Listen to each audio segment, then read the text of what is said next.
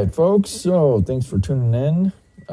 If you have a Matrix, Black & Decker Matrix, this is kind of old, so I don't expect a lot of you to have these.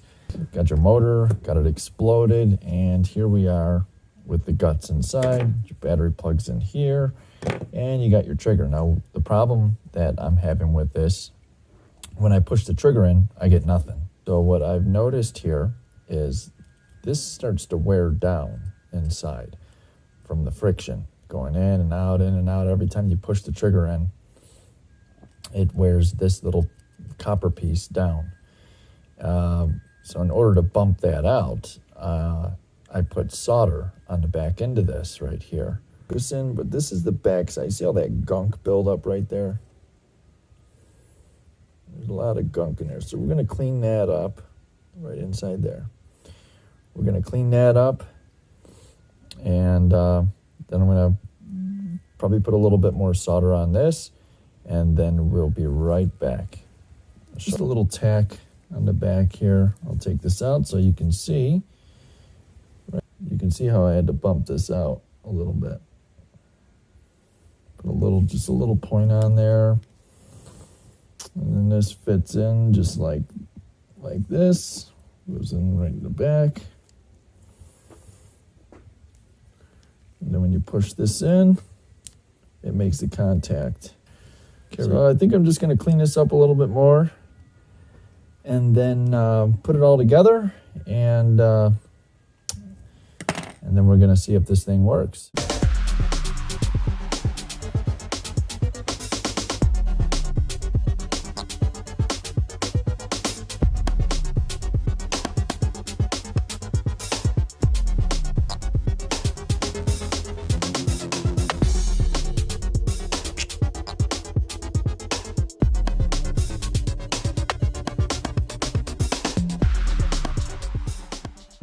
This goes on the back.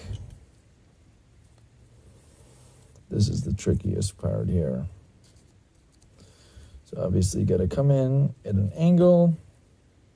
Now, of course, this is one of the things that are going to be different, how, like, whatever drill gun you have.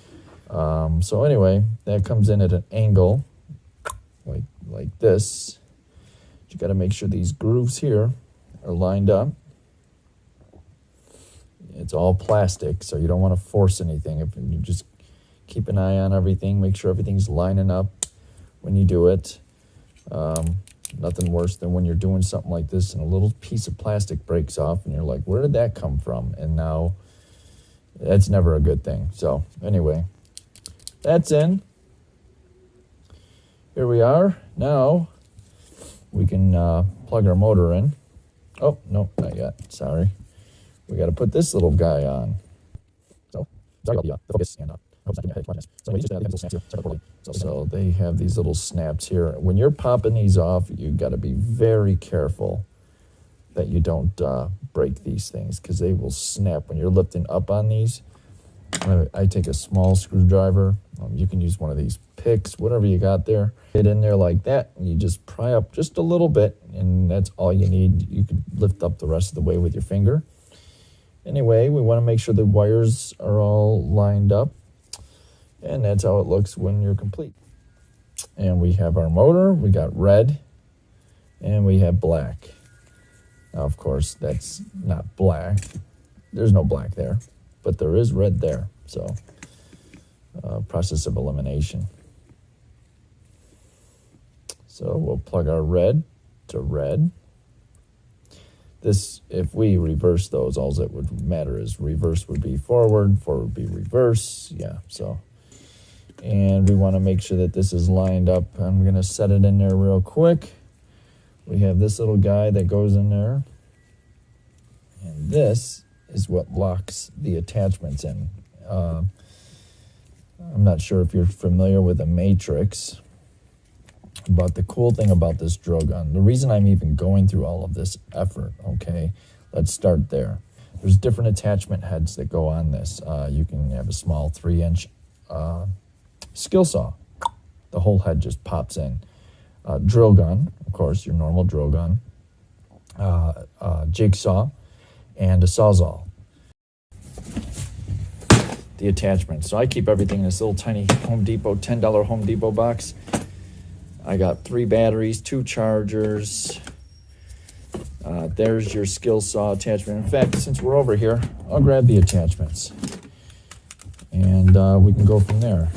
Push this button down, the other one snaps in, the other one snaps. This is the lock. That's what locks it in.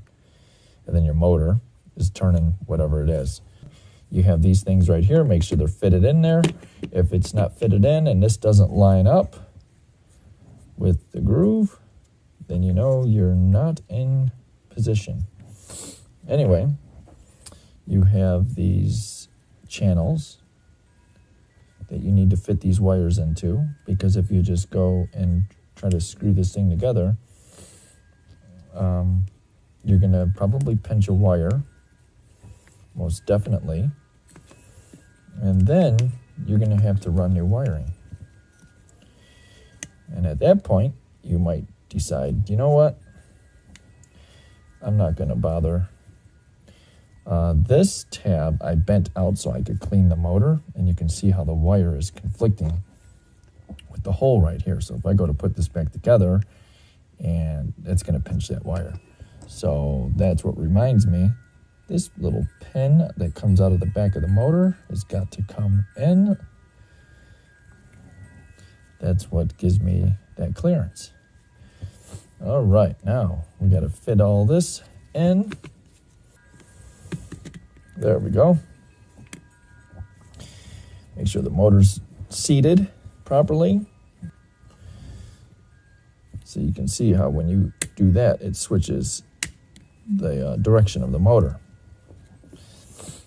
All right, so that's seated in. And you got your wires down here. Can't forget our little pad that protects the wires from this bad boy right here.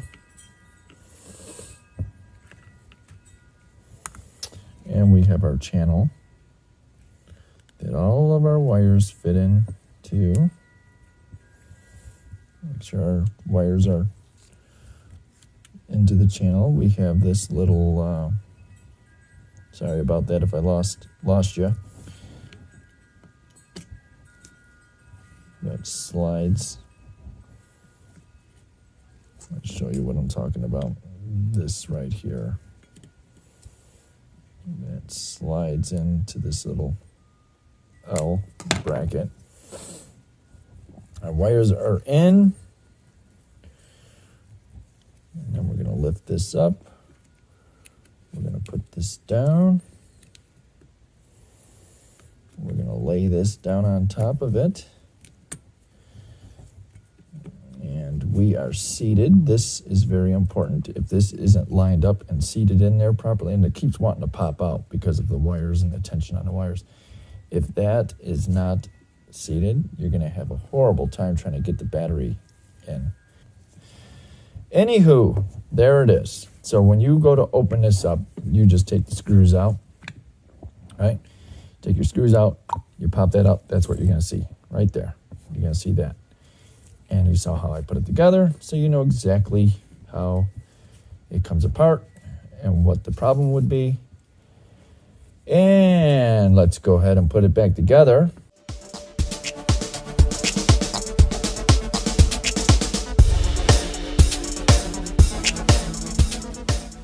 Okay, so before I put power in, I'm going to feel that trigger. That trigger feels nice and tight. It feels loose enough to slide in and out. Before it was sticking a little bit.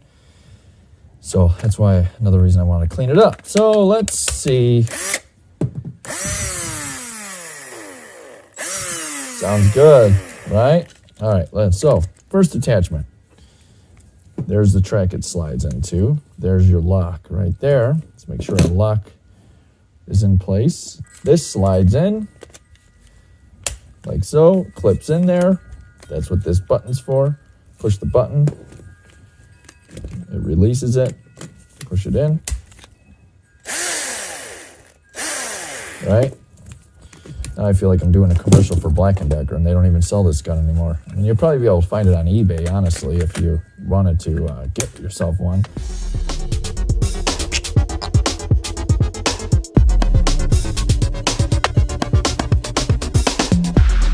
tell you though, the reason I am going through this much work to rebuild this thing, or not rebuild it, but to fix it like that, is because it just saves me so much, well, time and space in the car when I'm on a job, because I could just bring that little tiny orange toolbox that you saw, keep everything in it. And I mean, oh my gosh, I can't count how many times where I'm just like, I love this thing. I love it. I love that, it's just so versatile. The only downfall to this, okay, let's get into that. The only downfall is, well, look at, that's as much depth on that blade as you get. So if you want to cut a 2x4, you're going to have to flip it over on two sides, which I never do. If I get into something like that, I just bring my normal skill with me. But this is nice for like small little projects like paneling and, anything that's like, up to 3/4 of an inch thick, right? And then you got this, right? Really no downfall to this other than the fact that you can't do you can't do 45s. That's it. It's fixed. It's a fixed plate, right? 45, you're going to have to hold your hand in 45, which if I'm getting into cuts like that, I just bring my my normal jig with me. Anyway, leave me a comment. Let me know what you think. All right, till next time, have a good one. Take care.